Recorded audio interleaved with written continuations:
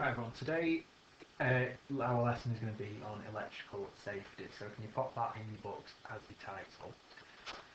So we're going to be looking at how our electrical system is designed to keep us safe, and specifically we're going to have a look at what potential dangers there are and what we need to do to try and avoid those dangers. So to do that, we want to describe how wires are designed to keep us safe, and this is going to allow us to look at plugs for the next lesson. And how that can keep us safe, and hopefully we're going to be able to look at how things can shock us and how we can stop that from happening. So the main danger with when using electrical equipment is electrocution. Okay, so when current passes through a wire, it has a high potential difference, and it can cause an electrical shock. And if this goes through your body, it can interfere with the nerve signals from the brain to the rest of your body, and this can cause damage to your muscles, and it can cause breathing difficulties, but worse of all, it can cause a heart attack, because your heart, the muscles in your heart, work off electrical signals to tell it when to beat. So obviously if that happens at a certain point when your heart is beating, it's going to be dangerous. So other dangers might include overheating and faulty appliances which lead to electrical fires. So we'll look at this in a bit more detail later on in this topic. But wires, if they have too much current going through, can actually get really hot, and they can overheat, and they can catch on fire. They can set other things on fire. And electrical fires can be extremely dangerous. So we're going to have a look at how wires are designed now to try and stop this from happening, to try and stop us getting electrical shocks. And if we have a look at the wire, if you cut it open, you'll notice first off, you've got three different colour wires, which we'll look at next lesson as to why that is. And each wire is made of two materials. So we've got in the middle of each wire an actual metal bit, which is made out of copper. And the reason it's made out of copper is because it is a good conductor. And a good conductor allows the electricity to pass through the copper wire. We've then got around it, and around all three wires as well, an outer casing made from usually plastic. Sometimes rubber, but most of the time it is actually plastic. So it's made of rubber or plastic, and this is there because it is a good insulator. And that means that it is not going to allow the electricity to pass through the casing and into you and your body if you touch the wire. And it's not going to allow you to get an electric shock. Okay, so having a look at that, I want you to try and answer now these two questions. I want you to try and, well, this one question but in two parts. So can you try and explain in your books what the wire and its casing are made from, and explain why they are made from those things? So I want you to pause the video now and try and answer these two questions, please.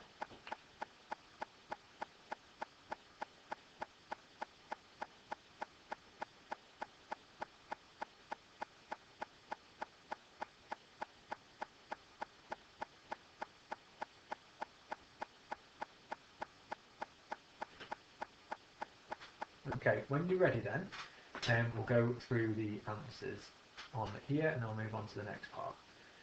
So the wire itself is made from copper, and this is because it is a good conductor,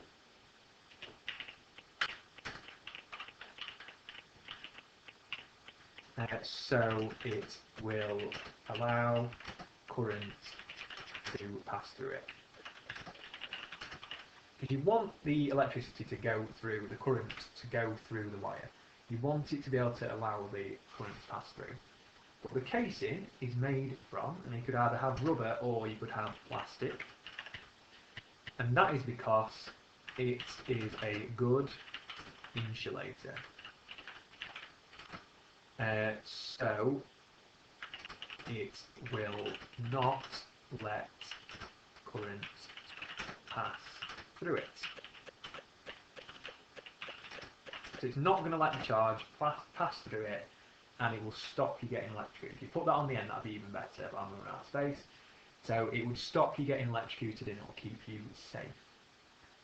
Now, we're going to have a look at some different potential hazards that we've got. So this is a particularly unsafe workplace. So what I want you to do is have a look at this picture, pause the video, and see how many dangers and faults can you see that's going on in this workplace. So have a look, see what you can see, pause the video like I said, and we'll go through them in a second. Okay, so with these, what we're going to do is we're going to try and make a table like this. So you need to draw this table in your books. And if I just get both of these on at the same time, there we go. So what I want you to do is find faults from the image. I'll make it a little bit bigger.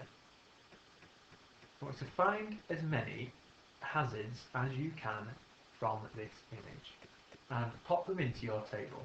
So what I've said is, first one I've found is this lady here is putting something metal into a plug. And the danger of this is that you could get electrocuted because the metal is a conductor. And the safety measure I'm going to say is that you should only use insulated materials with electricity, so like the plastic around the plug and things like that, and you should switch anything off before touching it. Simpler than that as well, you could say you don't put metal in plugs. That would be quite easy, wouldn't it? Okay? So what I want you to do now is pause the video again, and this should take you some time because there's quite a lot of different things on here. I want you to fill in as many rows as you can on this table. I think you should have at least 5 rows with different things that we've got, different issues that we've got on here, and the problems that they could cause. Okay? So at least 5 different things in here with the hazard, why it's dangerous. So the hazard is what is wrong, so like putting metal in plugs. The danger is why it's dangerous, and the safety measure is what you could do to avoid the danger. So you can do that now. And when you're ready, start the video again, and we're going to move on. So you should have got at least 5 things now in your hazard, your danger, and your safety measure. And you should have managed to get all the way through that. And what you're going to do now for the rest of the lesson, and I want this to be done properly, and this should take the rest of the time that you've got, is I want you to write a few paragraphs, and this should overall be leading up to about a full page of writing, explaining why these things are dangerous. So I'll show you my one first. So I have said that one danger of electricity is using water near electrical appliances. So that is my hazard. And I've said this is dangerous because water can conduct electricity and lead to electrocution. That's my danger. And I've then said this can be avoided by ensuring water is kept away from appliances and switched off if there is a spill. So if we do spill water, we switch it off. And that's my safety measure. So I've said hazard, danger, safety measure. And I want you to do this for all of the different hazards that you have spotted. Okay? So I want a paragraph for each hazard saying what is the hazard, why is it dangerous, and then how can this be avoided? What can we do to avoid this? What safety measure could we put in place? So pause the video on this bit now so you've got this up on your screen, and I want you to write paragraphs for each one. So that should be a total, because you should have 5 different ones, that should be a total of 5 paragraphs altogether. Okay, I want you to answer in your books these questions, answer this in your books, writing out paragraphs for each one, saying what is the hazard, why is it dangerous, and what safety measure would you put in place to do it. So it's written out fully. Once you're done, can you send a photo of your work to me so I can see that you've done it properly, please?